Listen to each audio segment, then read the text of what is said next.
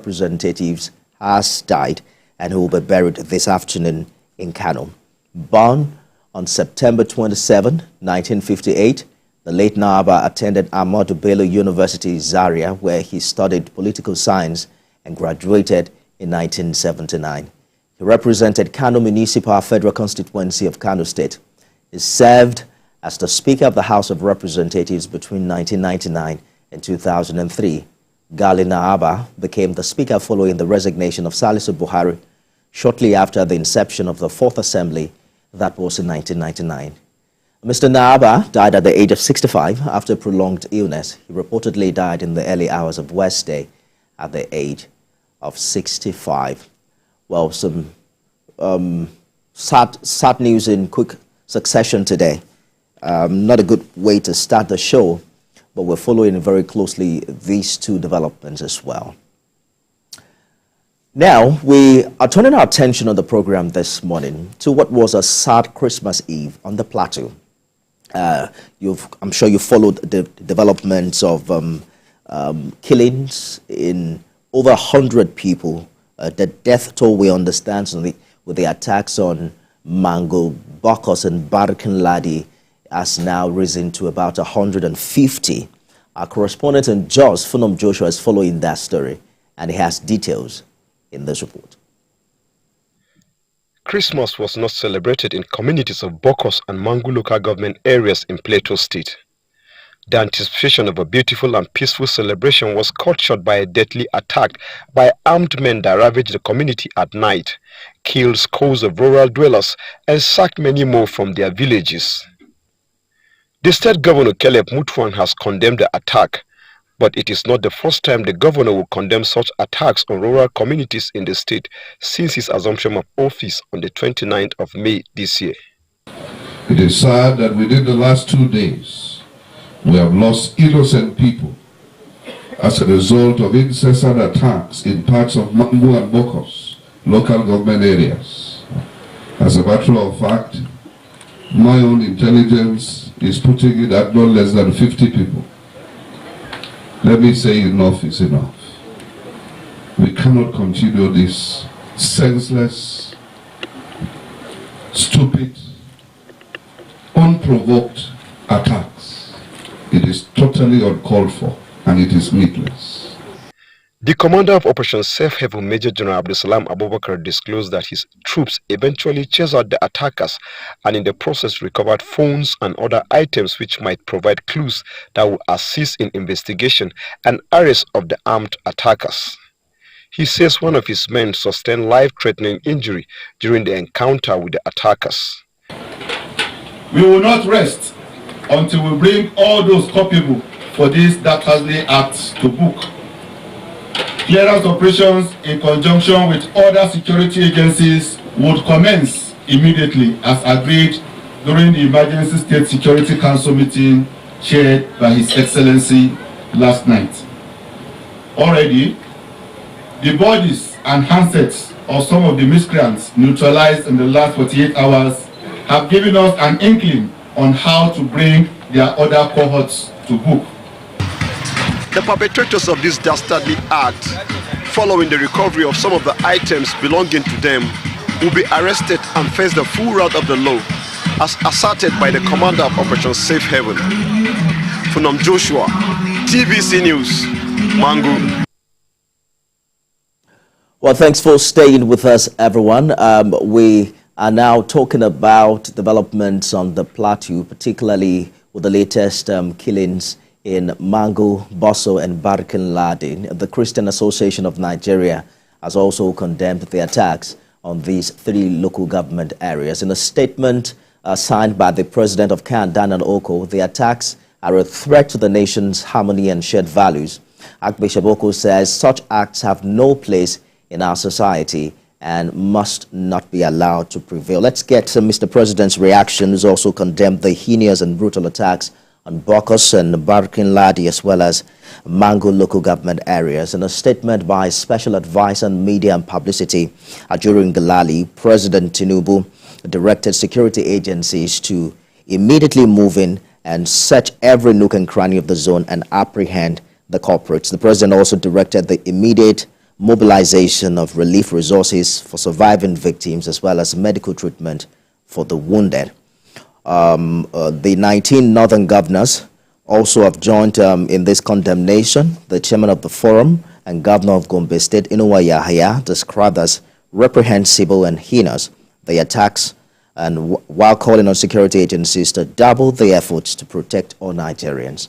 The governor, on behalf of the 19 northern governors, expressed deepest condolences to the affected families and communities, as well as the government and people of Plateau State. Joining me in the studio is Dr. Tonio Foyeton, who is Director General, International Institute of Professional Security.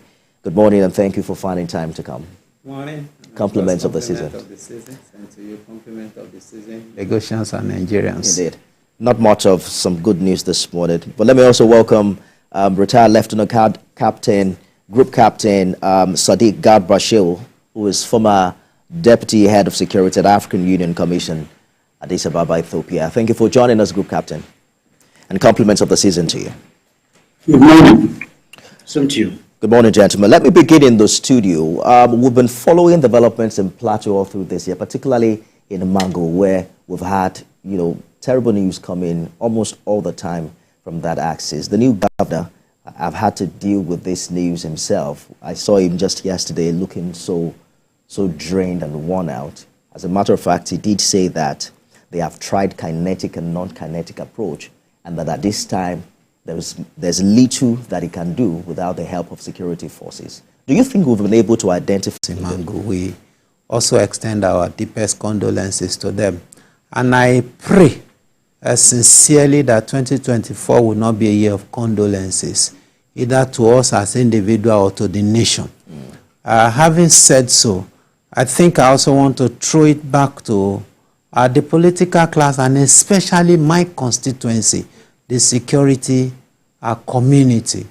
Now, I'm not surprised about what happened. And I will not be surprised if I hear another breaking news of attack on the 31st of December or on the 1st of January. I won't be surprised. And the reason is simple. You see, for those of us that are in security, there's what we call the signature of the terrorist. Now, the signature of the terrorist tells you how they operate, the most likely time they will operate, the strategy they will use to operate. Now, having understood that over time, it's possible and easy for you to predict. Now, have they been able to do what is called crime prediction or crime forecast, as it were? Look at, for the past 15 Christmases over the years, you would have observed that between the third day to Christmas and Christmas Day, there is always an attack. There is always an attack in every festive period for the past 15 years. Now, having understood that, to what extent our security formation proactively forecast the crime and say most probably, there's what we call reading the mind of the terrorist. Now, understanding the mind of the terrorist is able to help you to be able to put mitigation and preventive programs in place. As it were now, I can't convince myself, having seen this type and level of casualty, that the security formation have been proactive enough. Now, the governor can do little or nothing other than to give fund assistance. In terms of strategy, in terms of operation, in terms of execution, it is the security agencies that are responsible. Now we keep having this, it becomes a recurring decimal almost every year. What we expect is that by now, in some states like Borno, like Kaduna, like Plateau State, Benue State, these are hot restive zones that are major focus of attack for the terrorists, because they look for places where the shout will be loudest. The timing is very important to them.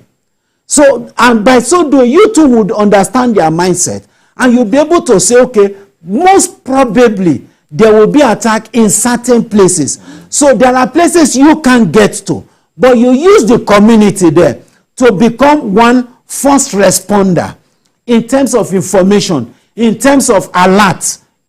Now you can build up a mini team in each of those communities and nexus and work with them at different intervals. But now program yourself in such a manner that you have short response time.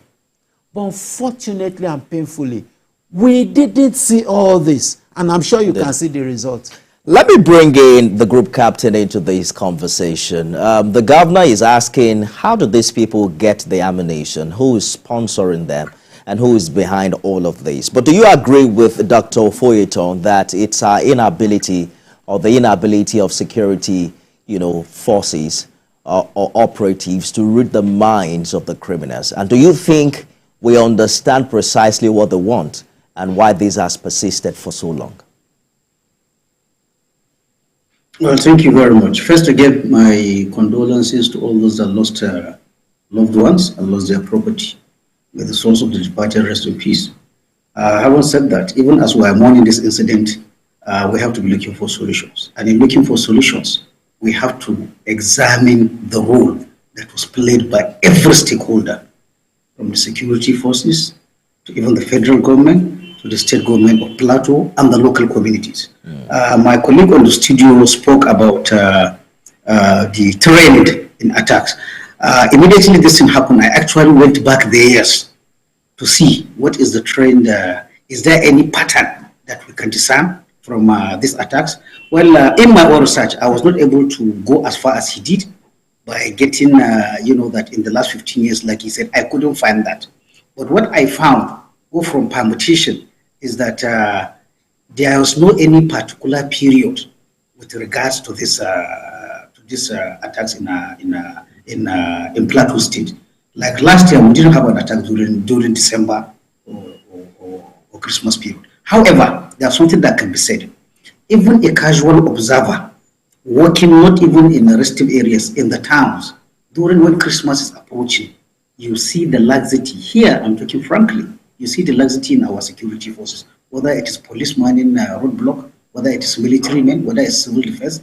What you see them doing mostly is looking for something to do Christmas with. Now, somebody with a bad mind, even without the trend, as said by my earlier this thing, knows that during festive periods is supposed to be the time that your alert level should rise. Because somebody who wants to do bad knows, everybody knows. I drove from Abuja to Kaduna, and I've seen what is happening on the roadblocks. People are saying, Oga, what do you have? Oga, what do you have? If I have a mindset to do something, for example, I'm carrying weapons and ammunition, all I need is to have a loose change of about 200 naira in my car. I can assure you, if I can give at every stop, nobody will check my boot.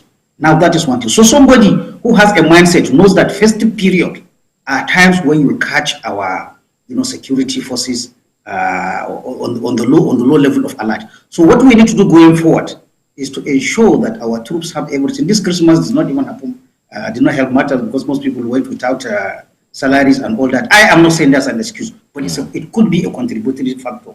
Having said that, he also spoke about community. I followed the timeline since this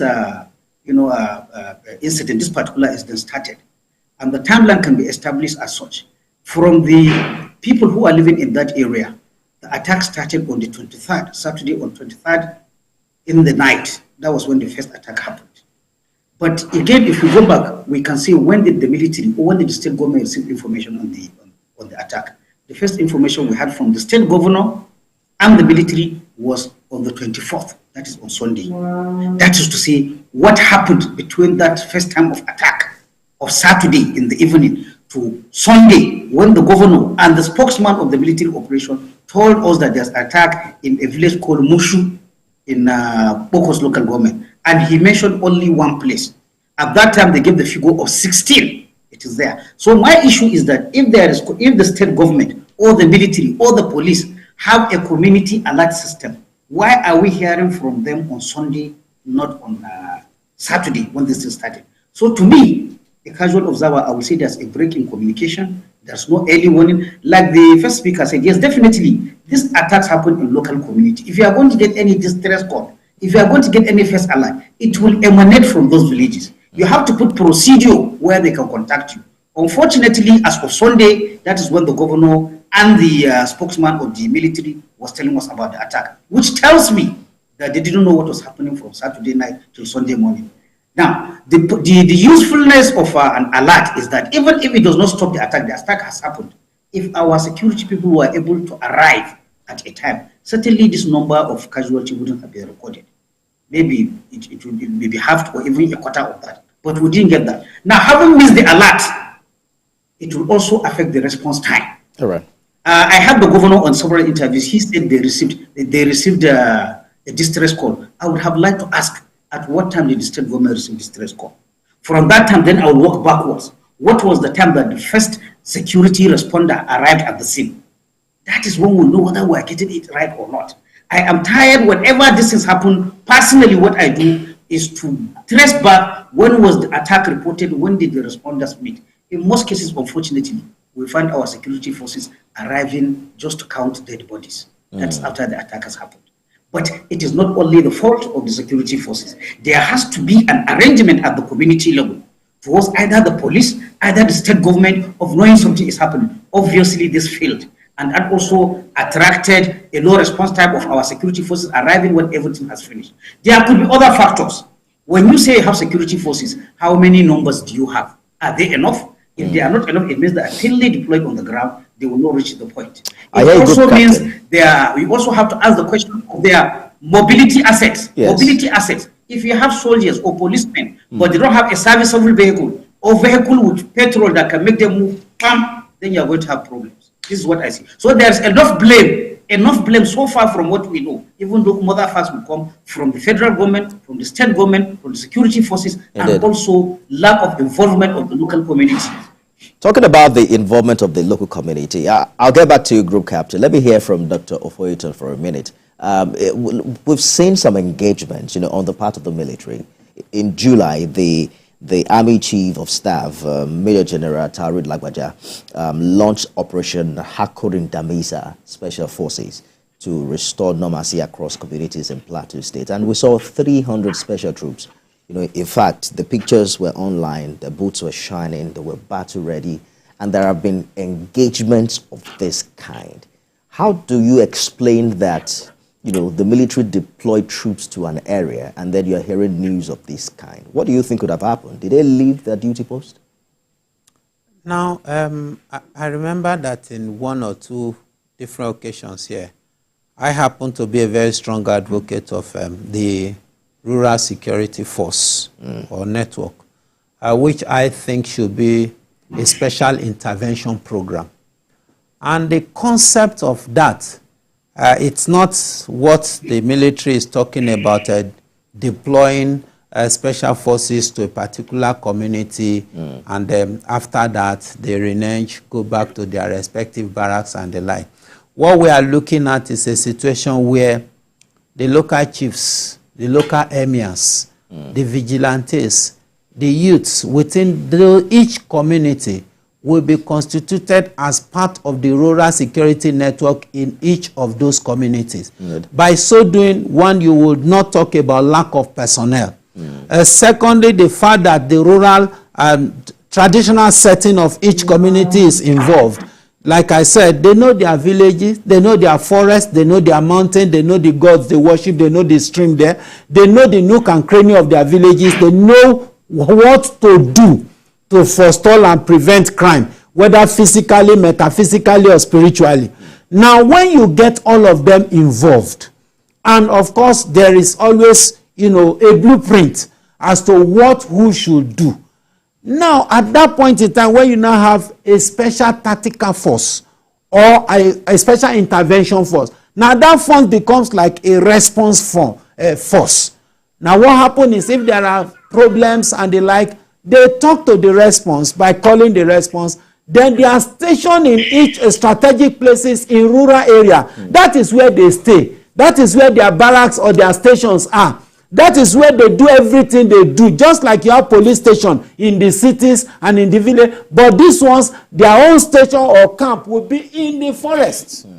That is where they stay. Now you can interchange them at regular basis, maybe 1 month or 2 weeks, depending on how you want to deploy them. But that is where they stay permanently. I'm not talking of a situation where you go, you stay 2-3 hours, you come back and sleep in the city, then go back. It will not work like that, because the terrorist is also seeing your own modus operandi. He also knows the way you operate. And don't forget that the terrorists know you, you don't know him. That is the advantage he has over you. He knows you very well. Interact with you, sleep with you, eat with you at times. At times you even tell him because you are his friend. But you don't know him. Now that is an advantage to him and a disadvantage to you. So that means that you must perpetually be on ground. Now the captain talked about response timing. Response timing is a major endemic problem in Nigeria. The city security network, the rural security network is a problem. If any problem happen here now if you call the nearest police station, before they get here, you see that traffic is holding them. You see that some other things are holding, petrol not being available in the vehicle is holding them, or the person that will sign the vehicle out is holding them, or the vehicle flat tire is holding. A lot of things affect and impede on response timing in Nigeria. Now these are things that internally, the security, they have a lot of things to do, but it's a product of the visionary leadership of those that are at the helm of affairs. And all of them working symbiotically. Because as it is now, if the police is doing its own, the army is doing its own, the navy is doing their own, NSCD is doing, at the end of the day, there will be conflict. But if they have a central command system where all modus operandi come and they are harmonized, at the extent that when you are going on operation, it's just one commander and it's just for one mission, and it is achieved as such, you will see that everything will go according to the template. Later. But as it is now, I've not seen, though Mr. President said it in his wake when he went to visit the NSA, that he wanted a symbiotic relationship among all security agencies. But as it is now, I've not seen it, and I'm sure you have not seen it. You look at who is supposed to play the lead role when it comes to internal security, the police. But do they really have the facility? Do they have the requisite training, the requisite equipment to be able to play the lead role? That's another ball game entirely. Hold that thought for a minute, Dr. Foyeton. George has called in from Ikeja. Good morning, Mr. George. Good morning. If I must say so, Mr. Nifemi, my condolences in the first place to the families of Governor Akeredolu and Speaker Naba. Nigeria will remember the two people for what they've done for us. It was Governor Akeredolu that made sure Boko Haram did not extend their tentacles to the southwest. Yeah. And it was Galiluba Naba that helped to ensure that the president at his time did not get a third-term extension that would have made us to be what some African countries are today. That is not good. So we are sad to lose those two great men. Coming to the issue of the Plateau, I am very disappointed, so to speak, Nifemi, about the way things are happening in Plateau, and vis-a-vis the actions of the governor of that city. Security situation, you can see in the case of Imo, for example, Governor Uzodimma, when he took over power and the security situation in the state got to where it got to, he was always seen at the State House, coming to plead with the president to help him to tackle it. We are seeing what Governor Ubasani is doing in Kaduna now. So Governor Mutfwang have also visited the president. He even met with him yesterday. I'm not even limiting it to his own tenure. It would appear that the Plateau State, as the people, have not really got a governor. Today, this is not the first time that Mangu local government is in the news. Tony is talking about festive period attacks. But this issue, only about 2 months ago, the killings in Mangu and those areas have been in the news. It's not new. All right. So I don't know what to say about it. It's like nobody is interested to diagnose the problem. You must know the cause before you can address it. What is the cause of the killings in the Plateau? All right. I want to know. Thank you, Judd, for your contribution. It's hard to tell whether you can blame a state governor for insecurity of this magnitude. But Group Captain, earlier in the year, we've seen protests by for instance, Mangu residents against soldiers in favor of mobile policemen to provide security in that area. What do you think is missing, particularly when you consider the right collaboration required between the community and security forces? They need them for the intelligence. They need them to, to also fine-tune the response time you talked about earlier. What do you think should be done differently in this regard?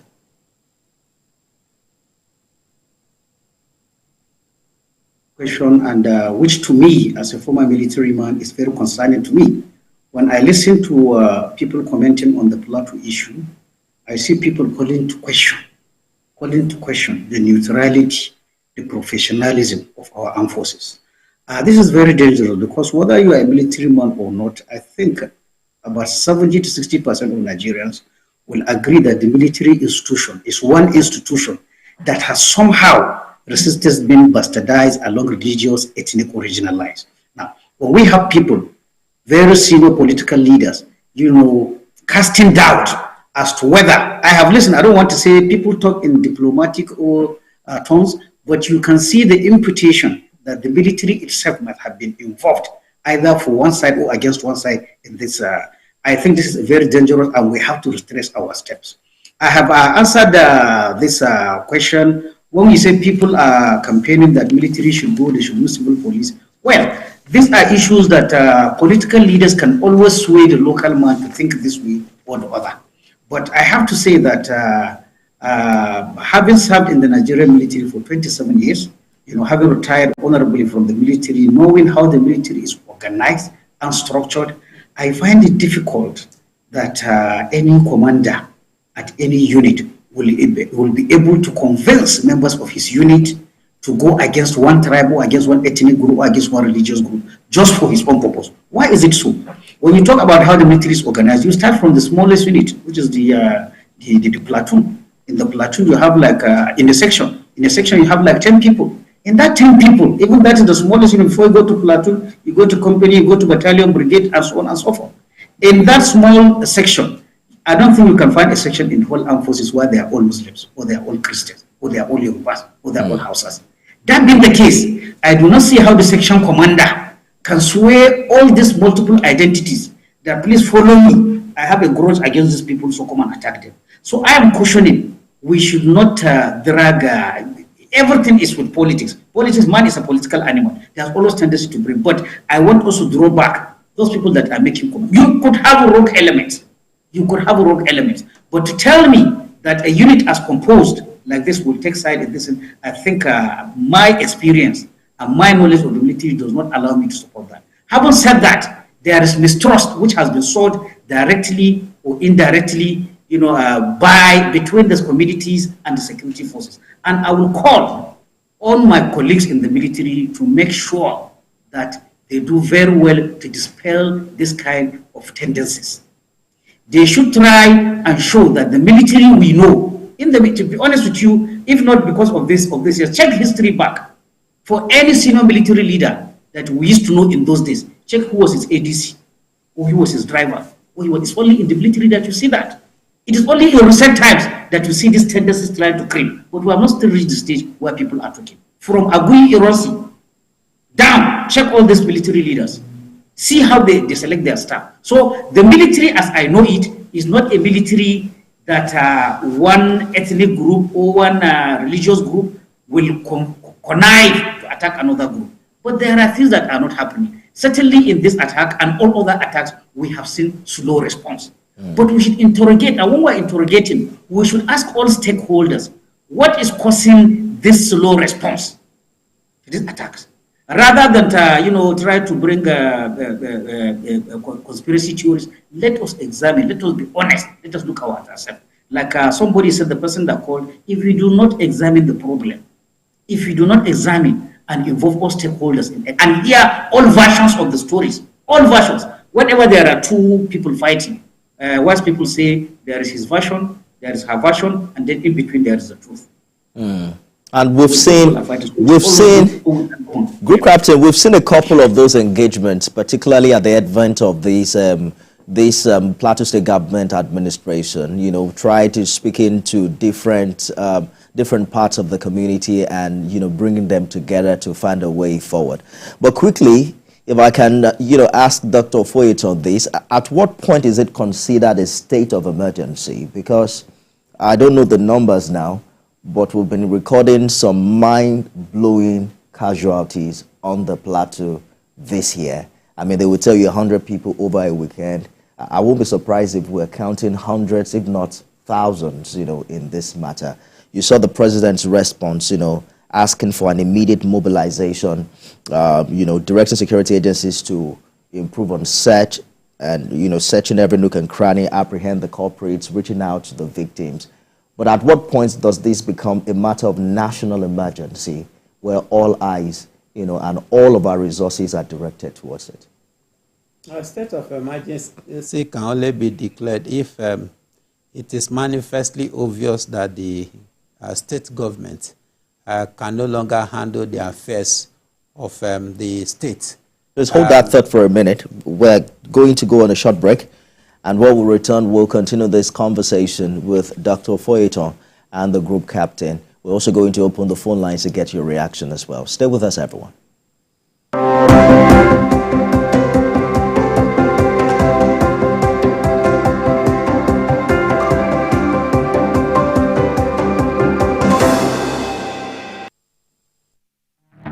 In the month of December, the 1st is World AIDS Day, while the 2nd of December is International Day for the Abolition of Slavery. On the 3rd is International Day of Persons with Disabilities. On the 4th of December, attention shifts as the day is dedicated to World Wildlife Conservation. The 7th is International Civil Aviation Day, and on the 9th is International Anti-Corruption Day. On the 10th is Human Rights Day, and on the 21st is World Basketball Day. 25th is Christmas Day, when Christians celebrate the birth of Jesus Christ. The day after is Boxing Day, which is on the 26th, and on the 31st is New Year's Eve. Brace yourself and tune in to TVC News for in-depth reporting and analysis on these days. TVC News, first with breaking news.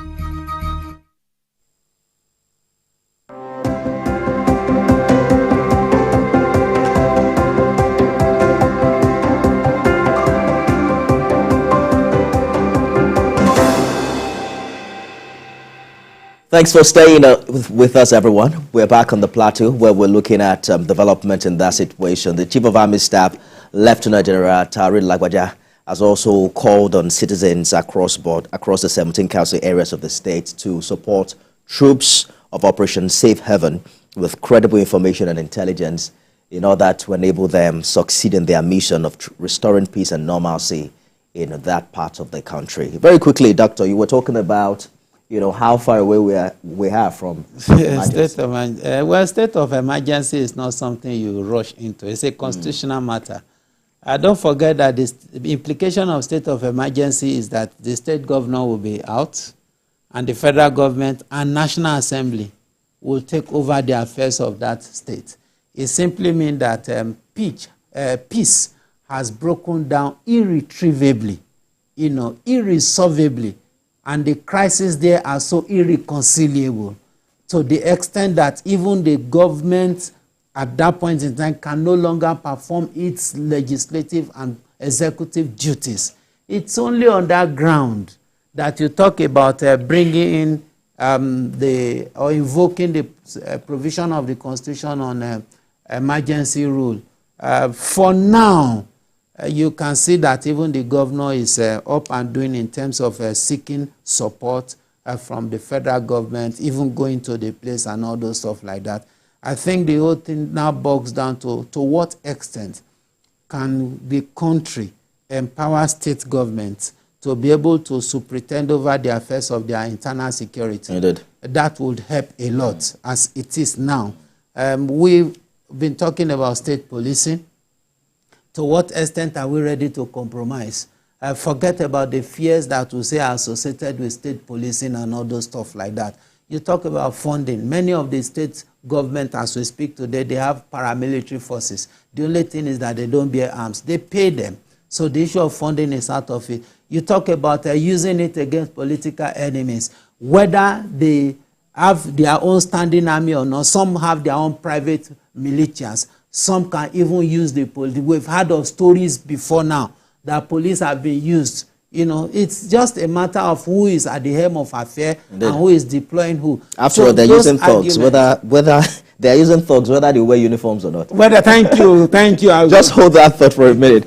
Let's talk to Reverend Dominic, who's called in from Alimosho. Good morning, Reverend. Good morning. Good morning, Dr. Tony. Good morning, Reverend. It's a pleasure. Compliment of the season, sir. Same to you, sir. Let me stand on what George has said about the two great men of our father and the brother have passed on. You know, the governor, the former governor of Ondo State, and the speaker, last speaker, Tony. So let me express my fears. I think the general will understand what I'm trying to say. My fears is this, Tony, and Nigerians, that one day, these our brothers and sisters who is fighting for us in the bush, the military, will not say one day enough is enough, I'm not fighting again. Why did I say that? Tony, if you listen to the governor of Plateau State, he said these men have been living in primary school in these communities for too long, that they need a political will to chase them away, which means the people who commit this crime have been living in organized primary schools in some local government in the Plateau State. They have been known for years, but the last administration and their spokesperson used to tell us that the achievement of this last government by Buhari against the terrorists, that there's no more space in Nigeria where these terrorists are holding forth.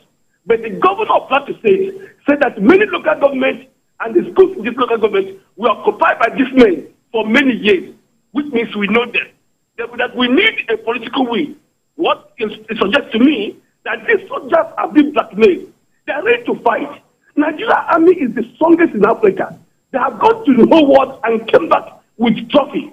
What I'm trying to say is this, that if we give them all that it takes, which we have given to them in equipment, and ask them to work as a military, these young boys or men who have no balance, who have no helicopter, who have no horses or vehicle, cannot defeat the Nigerian army. It takes political will. That political will is that the politician will say to Nigeria, enough is enough. All right. And again, what is wrong with us with numbers? People this morning call 150 number, 150. Governor say 50. Guidance say 115. What is wrong with Nigeria with numbers? That we cannot say it is 10. It's 1. It's 2. What is wrong with us? I don't think it's only Nigeria. You know, if you follow the Israel-Gaza war, so you'll find out that, you know, like you said, there's a political will to tamper with numbers. But Group Captain, maybe the right expression is not a state of emergency, but this is an emergency where you consider the number of, you know, people who are dying, you know, by the day. How much of involvement, how much of weight do you see the federal government, you know, bear on this? What do you think must be done differently as a matter of urgency?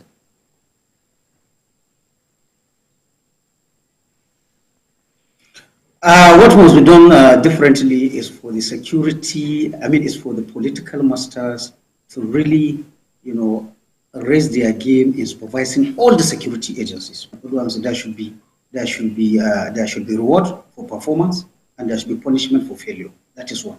Secondly, no matter how we look at it, no matter how people talk about use technology, the issue is that this kind of conflicts that we have, you need the physical presence of soldiers or police or DSL or civil defense in a large number to dissuade, you know, bad guys from attacking good guys. You need that number. We do not have that number. Now we are saying, we are hearing that the president or the chief army staff has said more numbers there. We are going to pull that numbers from another area where there's also a security challenge and carry them to Plateau. The people in that area you are living who also want to attack will go there. So while I recognize the importance of technology, modern technology and all that, there are things that only the physical presence of human beings can get. Only we do not have enough of this number. We do not have enough of this. And we have been saying that since when Boko Haram started. But we have not seen a concerted effort of recruiting these numbers. When the Nigerian Civil War started, the whole of Nigerian army is just one division. But within 2 years, we had like 3 or 4 divisions. I do not see that political will of increasing numbers. Numbers is what we need, apart from other things. And then, like I said, put reward and punishment. If a commander is failing in a particular area, there should be either the least you can do is to relieve him of command and put somebody. The kind of long responses we are seeing is not acceptable. But to hold the security forces for low responses, government again must ensure that they give them mobility assets, must ensure they give them these required numbers we mean, must ensure that they give them communication equipment. And when I talk of mobility assets, I'm talking of vehicles, if possible helicopters. But when you have vehicles, again, like anybody can tell you, sometimes when you see a group of policemen with one vehicle, maybe it's just half a gallon that is inside that vehicle. That is to say, if there's any call to go 2 kilometers, they cannot go. So all these things combine to make sure, because honestly, what pains me is to see that every time we say there's this attack, okay, the last attack now, from your report, you are saying that, I don't think even one attacker was killed. They got their phones, their mobile. That is to say, the security forces arrive after the people have left. They have left. So it's really sort of, but we should not be saying security. We are in a democracy. In a democracy, that's what they call democratic control of the armed forces. What does it say? The power to tell the military, to equip the military, to hold them responsible, to punish and to reward is in the hand of the elected representative of the people, from the president to the state governor to the national assembly. They have the power. So it's not as if they are powerless. They are not powerless. Like in the last administration, I hear National Assembly after failures, they will say, we passed a vote of no confidence. No, check the constitution. They have more powers to do what they can do about the security forces that fail.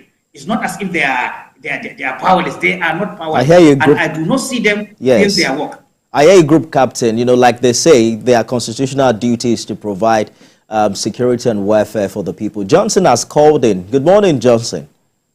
Thank you. Good morning. Good morning. Go ahead with your contribution. My heart goes to the family of the departed. May their soul rest in peace. I want to say categorically that the people of the Plateau, first, they need unity. There should be unity among them. And they should learn to also organize themselves properly so that they can face external aggressions. That is one. Hello? I'm with you. Please go ahead. Thank you. Secondly, I want to say whatever the military or our security forces are doing presently, it is clear to everybody that they are not doing enough. If they are doing enough, we will not have a recurrence of this in Borno, in Plateau, in Benue. We should not be having this. If they are doing enough, they are not doing enough. Let's accept that. And we should let them know that they are not doing enough. And thirdly, the local people, security is about the locals. The people that you are attacking you, they know you, they are not strangers from anywhere. They are people that are close nearby.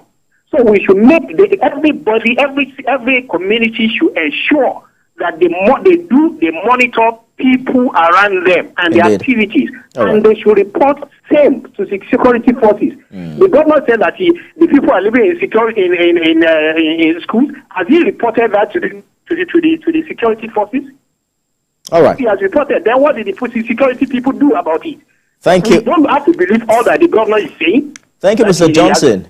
I believe you made your point very clearly. You know, we've talked about the trust deficit between the community and the security forces, which also largely impacts on the capacity of the military to do their job if the people can't trust them enough with the information and intelligence that they would need.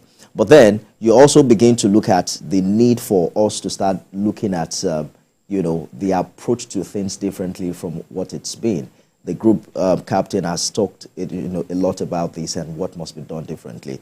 But moving forward, he's also now introduced the fact that we can't say it's the security, we can't say that the governor, you know, doesn't have the capacity. He was elected to do this, right? And perhaps it's also going to be a matter of an electoral value, you know, his capacity to bring this in and move ahead and forge ahead. Let's begin to wrap this up and begin to talk about how can we achieve progress without justice? Because people are talking about unity amongst the Plateau people. Can there be unity if people who have perpetrated this level of injustice are not brought to book? Unity without justice. But I think the first question should be justice from who? This set of people we are talking about, do you know them? Do you know where they stay? Is there any wire that you can link to say these people are from this place or this community? Now, this is a combination of guerrilla warfare and asymmetric warfare. Now, at times they stay among the people. At times you also see them hit and run, like you have recently. Now, what they have succeeded in doing, it's also put fear in the people to the extent that even though you know me, and you are seeing me, and you know what I am doing or what I do, you dare not talk to anybody about it. Now, that fear is over time, because community leaders that have dared to rebel were killed, whether religious or community leaders, as a deterrent, an example to those that will want to sell them out. Indeed. Now the issue will not be there should be a counter operation by the security agencies to build trust in the people to the extent that the people now trust them with information and intelligence. Because as it is now, people have not been able to entrust that, because every time they do that, the villages end up being attacked. People end up being killed in that same village. So even though they know that they are in X and Z primary school, they know it, but they won't say anything. That is one area. Now, with respect to capacity and capability of the governor does not have the capacity. It is the federal government that has the capacity. In this regard? In this regard. Not the governor. Not the governor. What can he do? Because you are talking of war against people that are armed, deadly, and cruel. It's not a matter of grammar. I heard him when he was saying enough is not enough. And my mind was, what are you going to do now? You are going to do next to nothing. You mean he can't empower the police? How? If he's going to empower the police, he can empower the police by helping them to get vehicles. He can't buy arms for them. That is federal government responsibility in terms of arms. Maybe he can give money to say, please go and buy arms and all those stuff like that. That, whether the arms, will be to specification and law, is at the prerogative of the police. You understand? Or the military. You give them money, you donate money and all those stuff like that. That is to what extent you can go. You can buy vehicle and all those stuff like that. But it is the federal government that has the final authority to say, indeed, I want this thing to stop finally. And if not so, Lagbaja, all other service chief, I want your letter of resignation letter in the next X and Z hour. If this thing did not stop, I bet you, like one of the callers said, I bet you the military and the police, they have the capacity and capability to deal with all these forces. All right. But the political will is what we expect. Group Captain, we have to go now. I'd like to hear your conclusion on this matter. What would you be your final remarks, so to speak? There is need for honest and very sincere conversation among all the stakeholders in Plateau. A clear and very honest conversation between the security agencies and the political masters. What are they lacking that is making them not to perform? Finally, on the last caller who said that he remarked, and that caught my attention, about when the governor said there are schools. I have that actually. He said there are schools being occupied by bandits for several years. This is why it was for several years. And to be honest, that if we are to believe what the governor said, you will wonder, if there are schools being occupied for several years by bandits, what did the governor do? What did the local government chairman do? I don't think they are helpless to just watch bandits occupying their school for several years. So in looking for this conversation, please let's not exaggerate. Let's remain within the facts. Let's talk honestly, and I'm sure we can find the solutions why our security forces are not acting timeously to stop this kind of killings and murders that we're seeing. That's all I have to say. Well, our hearts are with victims of the attacks in Mango, Bokos, and Barkin-Ladi local government areas, where we understand that the death toll has now risen to as high as 150. We're looking forward to some more urgent and decisive decisions from government and intervention in this regard. Group Captain Sadiq Garbrashir was former Deputy Head of Security at African Union Commission. He's also an adjunct professor, George C. Marshall European Center for Security Studies in Germany, and is now a private security and defense consultant and trainer.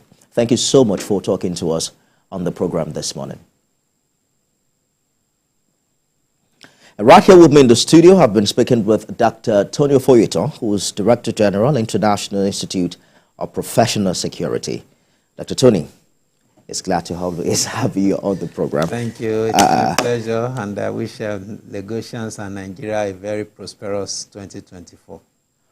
Hopefully we'll get some, more cheering news. It hasn't been much of good news today. We really hope so. From one death to the other. Maybe something like a very big alert in our account.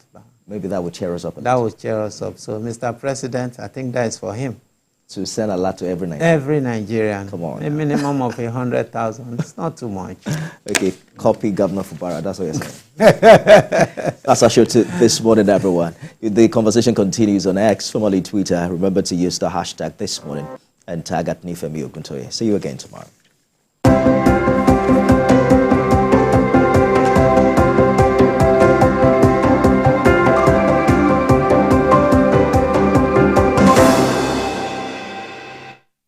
Hi guys, I am Kehinde Bankole.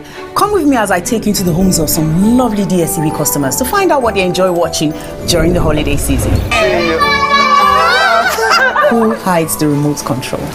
What's the show you like watching over and over? There's actually a show called Stop King. So good to see you. Such a beautiful home. I learned on home makeover on how to make your home look beautiful, modern. Do you cook? I actually love cooking jollof rice. I cook. I help them eat it. We usually do movies together. Usually Mnet, Dragon's Den, and Chopped. We love watching Family Feud. I love UFC. Guys, this Olawa Shibi too. Teen Titans, go!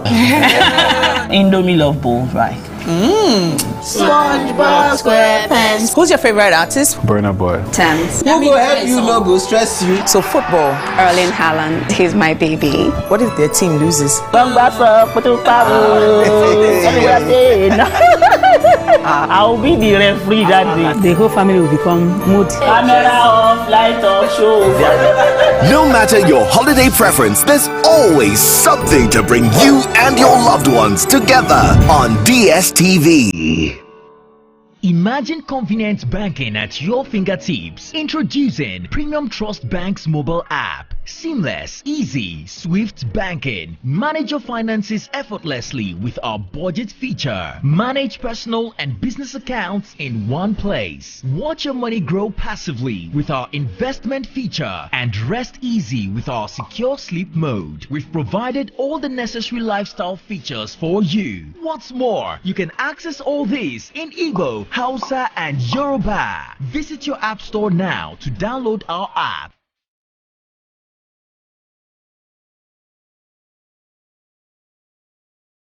Premium Trust Bank, together for growth. The following is a paid presentation by ShopX TV. Do you struggle with having an active and healthy lifestyle due to your busy schedule? Do you find it difficult to make it to the gym? You want to improve your overall health, but don't know where and how to start? Medical experts agree that walking, running, and jogging are amongst the best ways to stay fit and enjoy a great active and healthy lifestyle. What if there was a convenient and affordable way to improve your health, improve your mood, and lose weight right in your own home? Introducing the SportX Digital Compact Treadmill, the compact foldable treadmill that makes being active and losing weight fast and easy. Just unfold it and walk, jog or run while you watch your favorite programs on TV. And when you're done, just fold it and store it away. Now that's convenience. The secret is its advanced design that houses a 1-horsepower motor that is twice the size of most treadmills, packed into a nice compact unit, powering every step you take. You get the SportX digital compact treadmill system complete with a rugged commercial-grade ultra-durable traction belt, large LCD multifunctional display that displays speed, time, distance, calories, and has 12 different exercise programs, as well as a magnetic safety key for added security.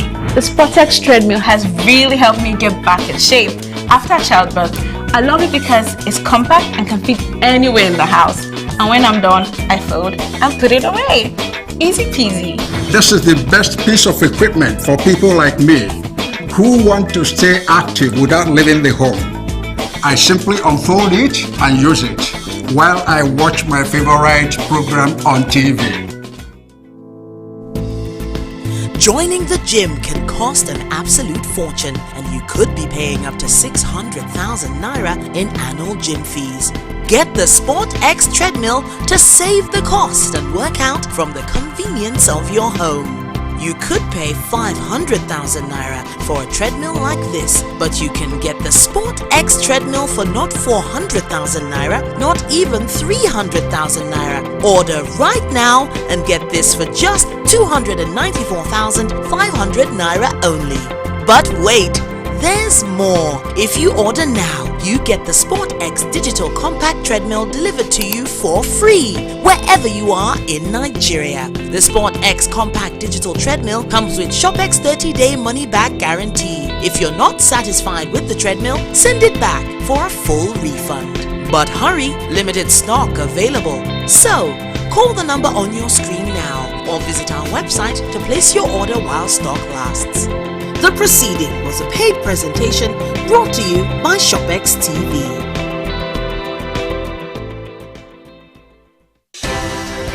At TVC News, wherever the big news story is happening, we're geared up to break it. TVC News, first with breaking news.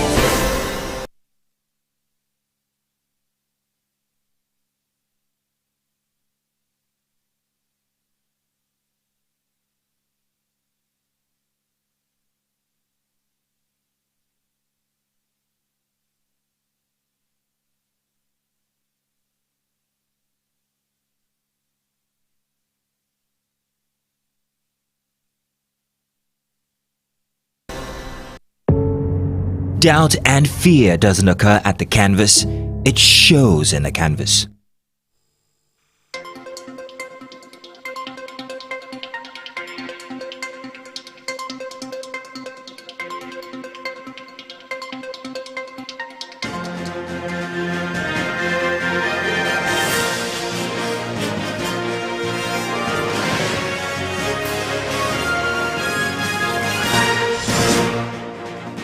Welcome to TVC News this hour, and it has been confirmed that the governor of Ondo State, Rotimi Akeredolu, is dead.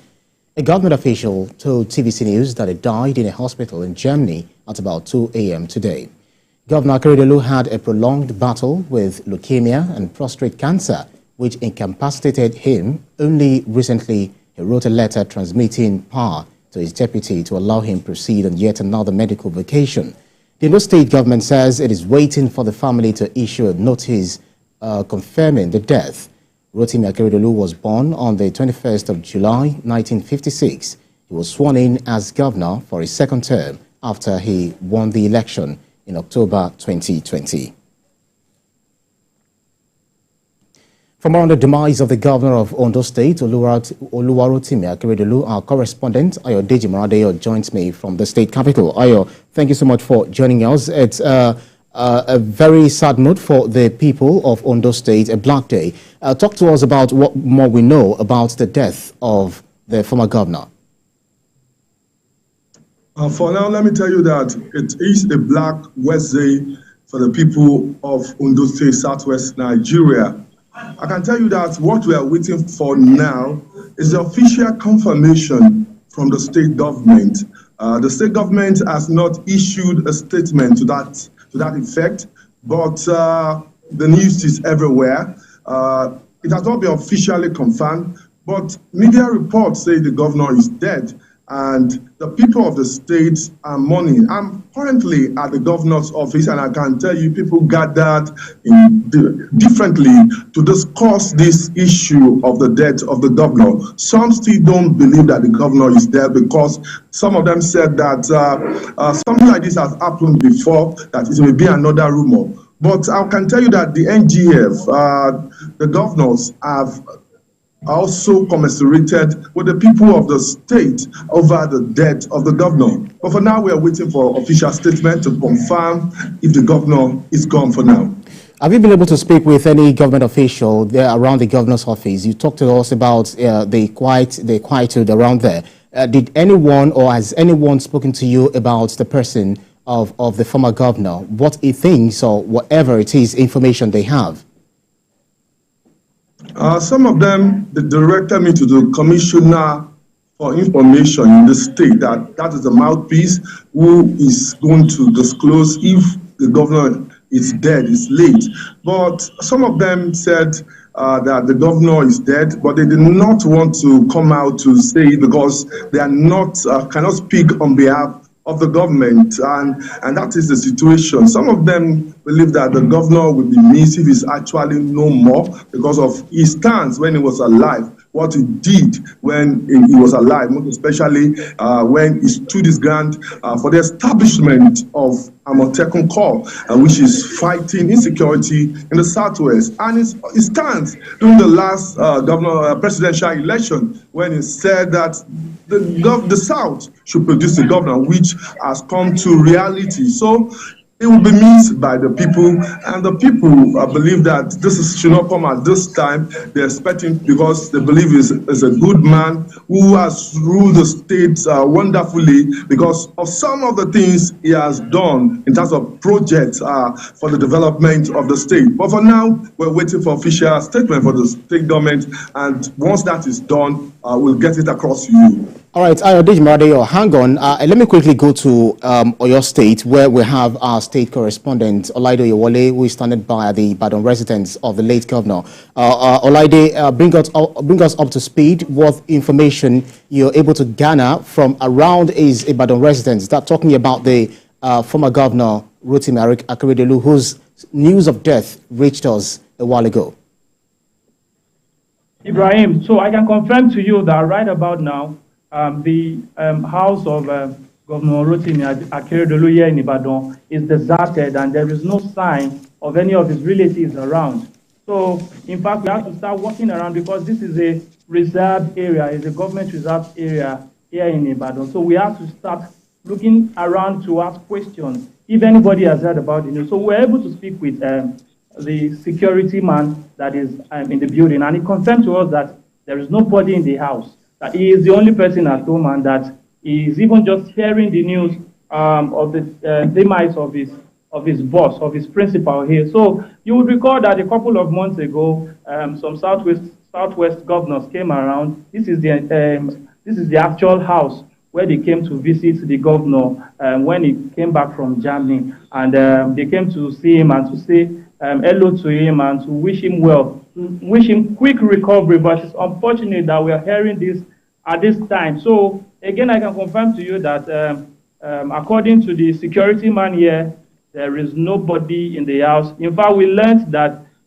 security personnel used to be around here. They used to hang around here, but now, as we can see, there is none of them around. So we expect that as time goes on, people will start coming into, perhaps the family members or those who feel they can come here to, to wish them well as regards the demise. So far, there's nobody around, and everywhere is deserted and silent. Olaide, reconfirm for us again. It looks like you were the one who broke the news to the security person right there at the former governor's gate. Is that the point you were trying to make? Yes. In fact, when I approached him and I talked to him, I spoke to him about it. He said, he's even just hearing this for the very first time. That where did we hear this from? And we told him, of course, you should know we should have vital information because we are journalists, and whatever comes from us, and we should know it should be authentic. So he had to believe us. He had no choice than to believe us that this has happened. And he said he would not be able to speak with us. He has no right to speak with us. So that whatever we hear, we should just try to make calls around and hear from people. And whatever news we get, we should just disseminate to the people. So that is the update from here. Ibrahim. All right, Olaide Oyewole, live for us in Oyo State at the residence of the former governor, Oluwarotimi Akeredolu. Let me go back to Ondo State, where we have our correspondent, Ayodeji Moradeyo, who is standing by for us. Ayodeji, we know that the former governor of your state there, was a very sound, vocal, and straight to the matter personality, former president of the Nigeria Bar Association. Before his demise, he transmitted authority to his deputy, Lucky Aiyedatiwa. What actions or what activities are there to follow afterwards, following the news of his death? What do we expect to see?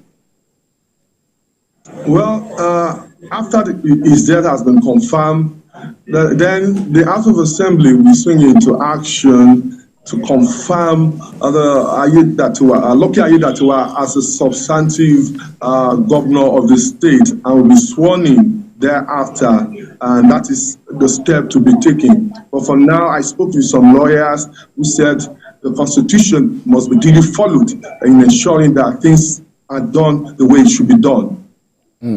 All right, keep close tabs on the development, because it's actually a developing story which is reaching us right from there in the state. Correspondent Ayodeji Moradeyo, thank you so much for the update. Thank you. Still on the demise of the governor of Ondo State, Kwara State Governor and chairman of the Nigeria Governors Forum, Abdulrahman Abdulrazak, has expressed sadness on the death of Governor Oluwarotimi Akeredolu, describing him as an exceptional statesman who made indelible marks in public service. He extended his condolences to the Progressives Governors Forum, the government and people of Ondo State, the Nigerian Bar Association, as well as the immediate family of colleague of Oluwarotimi Akeredolu, a frontline lawyer and conscientious politician of progressive bent. Governor Abdulrazak says Mr. Akeredolu would be remembered for his courage, patriotism, and immeasurable contributions to the constitutional and socio-political development of Nigeria. We're staying with the news of the death of Governor Akeredolu, and we'll bring you updates as soon as they continue to emerge. Meanwhile, the reactions are pouring in about the death of Governor Akeredolu. This time around, Governor Dapo Abiodun of Ogun State described it as tragic. In his condolence message to the acting governor of Ondo State, Lucky Aiyedatiwa, the family and people said he was a dogged fighter throughout his lifetime. According to him, Governor Akeredolu, senior advocate of Nigeria and a former president of the Nigerian Bar Association, stood for equity and fairness in the run-up to the 2023 presidential election when he was the chairman of the Southern Governors Forum. In his words, he says, and I quote, Akeredolu made an indelible mark on Nigerian politics from his tenure as the chairman of the Nigeria Bar Association to his role as the chairman of the Southwest Governors Forum. He continuously championed the cause of justice and the uplift of his people. It's been definitely confirmed that Gali Umaru Naba, a former Speaker of the House of Representatives, has also died and will be buried this afternoon in Kano. Born on September 27th, 1958, the late Naba attended Ahmadu Bello University, Zaria, where he studied political science and graduated in 1979. He represented Kano Municipal Federal Constituency of Kano State. He served as the Speaker of the House of Representatives between 1999 and 2003. Gali Naba became the Speaker following the resignation of Salisu Buhari shortly after the inception of the Fourth Assembly in 1999. Mr. Naba died at the age of 65 after a prolonged illness. He reportedly died in the early hours of Wednesday at the age of 65. Meanwhile, Gali Naba has been described as one of Nigeria's finest lawmakers by the current Speaker, Tajuddin Abbas. He said during Gali Naba's tenure, it brought unity and stability to the House, leading to some landmark decisions in furtherance of the country's democratic journey. Mr. Naba described Mr. Naba as a special breed. Lawmakers showed leadership as Speaker of the Fourth Assembly. He championed the first and only successful veto of a sitting president, leading to the establishment of the Niger Delta Development Commission. The Speaker said, quote, long after his exit from the Parliament, he remained actively, politically, and continued to encourage and motivate us all. He will be sorely missed. End of quote.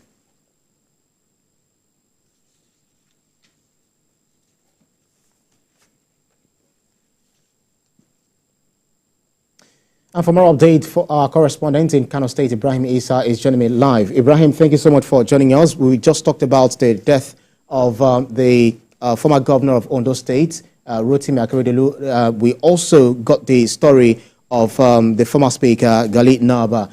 Bring us up to speed with the latest information as regards his death.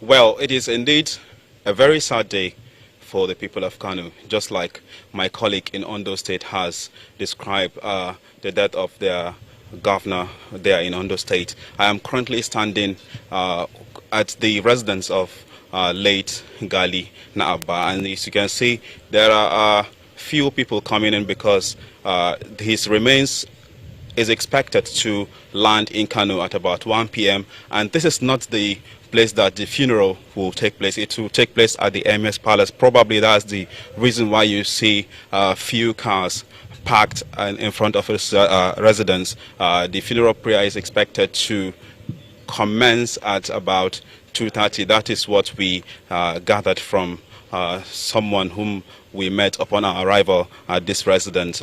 As we speak, there is presence of security forces right here. The police are currently here and some other security to provide cover probably for the personalities that will be coming in to extend their condolences to the families right here. And we've also noticed that people coming in are going into the residence, many of whom are females who are not going to be at the venue of the funeral. So they come in, they go into the residence, and basically, generally the mood in Kano is also that of mourning as we speak. Right. Former Naba, he actually has a philosophy when it comes to politics or political ideology of something that is based on fairness, equity, and justice. And then he actually lost his bid in about 2003 when the then president felt he was not meant to get back to the House of Assembly because automatically he might become a speaker. Talk to us about the life and times and what have been the reactions to his death so far.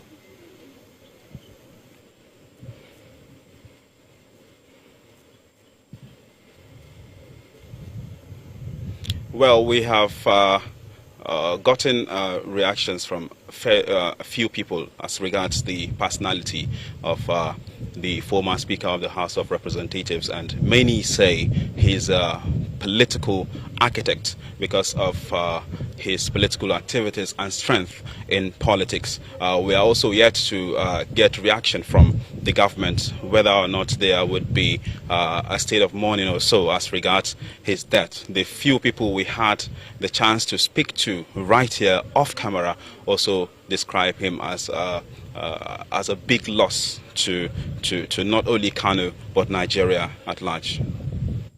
All right, TVC News, Ibrahim Isa, live for us in Kano State. Thank you so much for the update. Thank you. And to stay with us here on the Media News, we'll take a break and be back with more stories.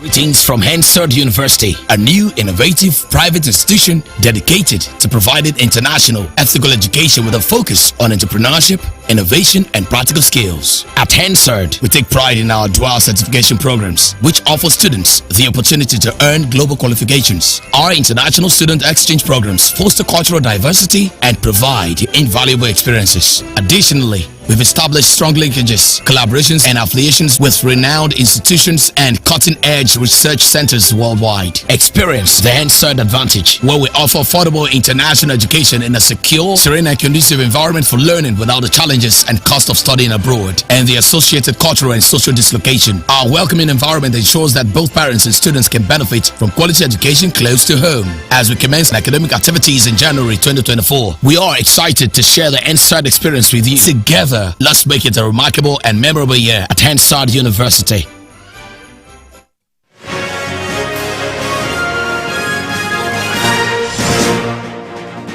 Interesting with us here on TVC News.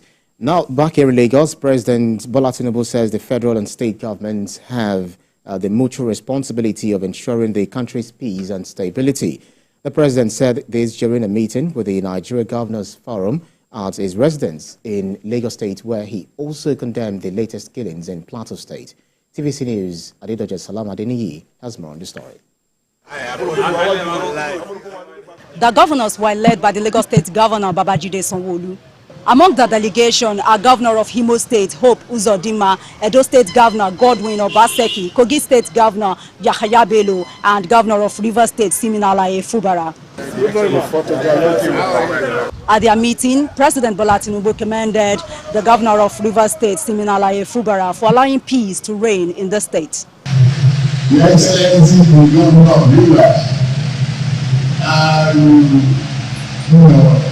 read your statement. I said, thank you very much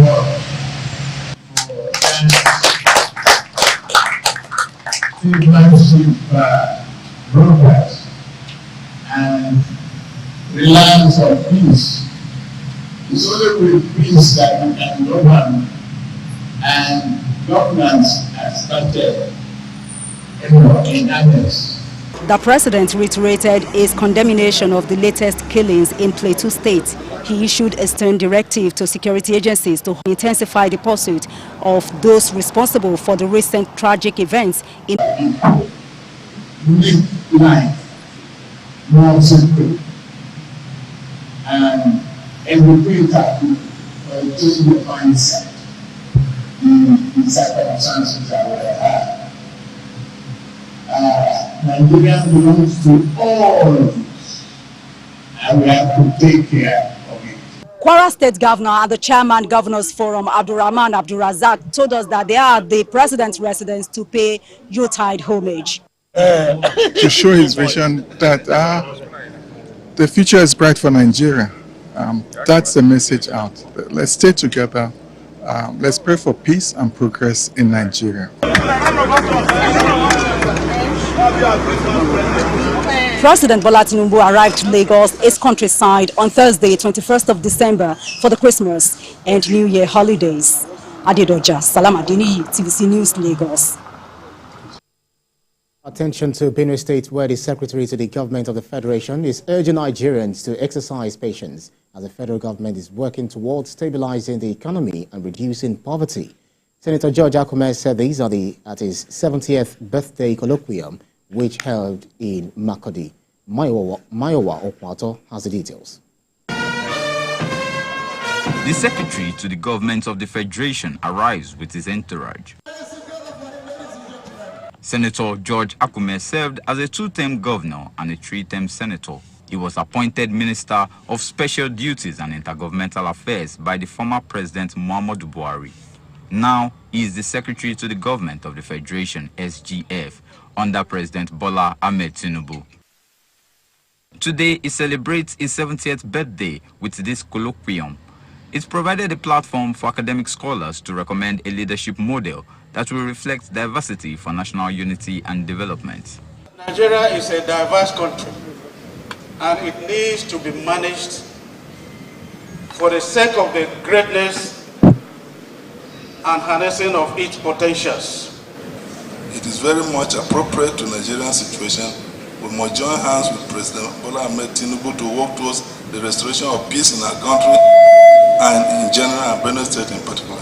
Friends and political associates commend his style of leadership. A profound gratitude to President Bola Ahmed Tinubu, GCFR, for finding Senator Dr. George Akume worthy of service to our fatherland in the capacity of Secretary to Government of the Federation. Akume is a good man, he's selfless, and he's not anyone that anybody can accuse of undoing what he did. The SGF seizes the day to urge Nigerians to exercise patience as the federal government is working towards stabilizing the economy and reducing poverty. To pray for all of us, particularly the president and his family. I know it's not easy to be there, but it means well. He's done so much since his inauguration on the 29th of May this year. The policies he's put in place and those that are going to be put in place again first quarter of next year.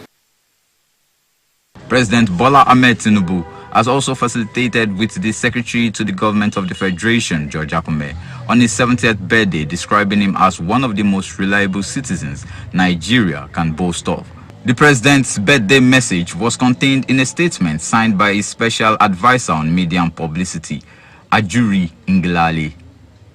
Mayowa Okwato, TVC News, Makodi.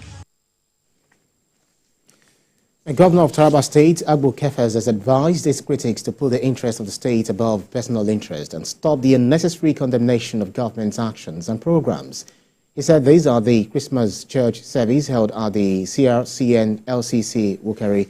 He said that his administration is committed to changing the narrative of the state and to place it on a pedestal of growth and development.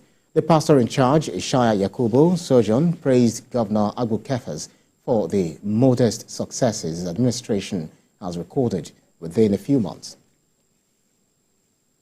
This state is very rich. We are rich in human resources, different kinds of people, different religions coming together. If we work together, you can imagine what we can bring to this country. But if you sit down here, in the state, the governor sit down, and the sitting governor, nothing will come and meet together. Yes. We have to work.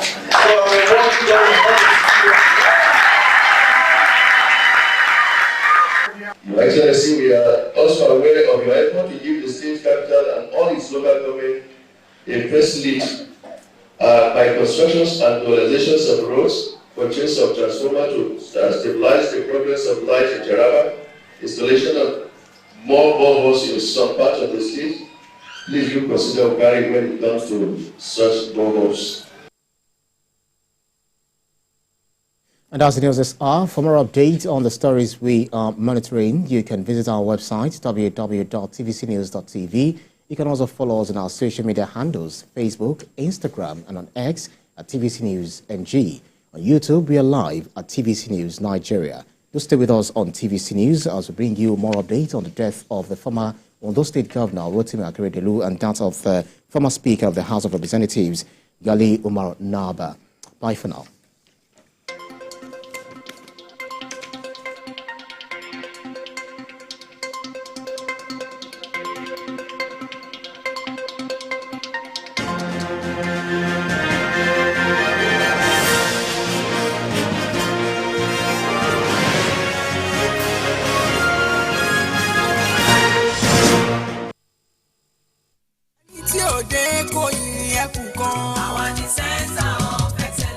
Lagos is the most visited state in Africa as the 5th largest economy on the continent. Covering the state and its government is no mere feat, it's a busy beat.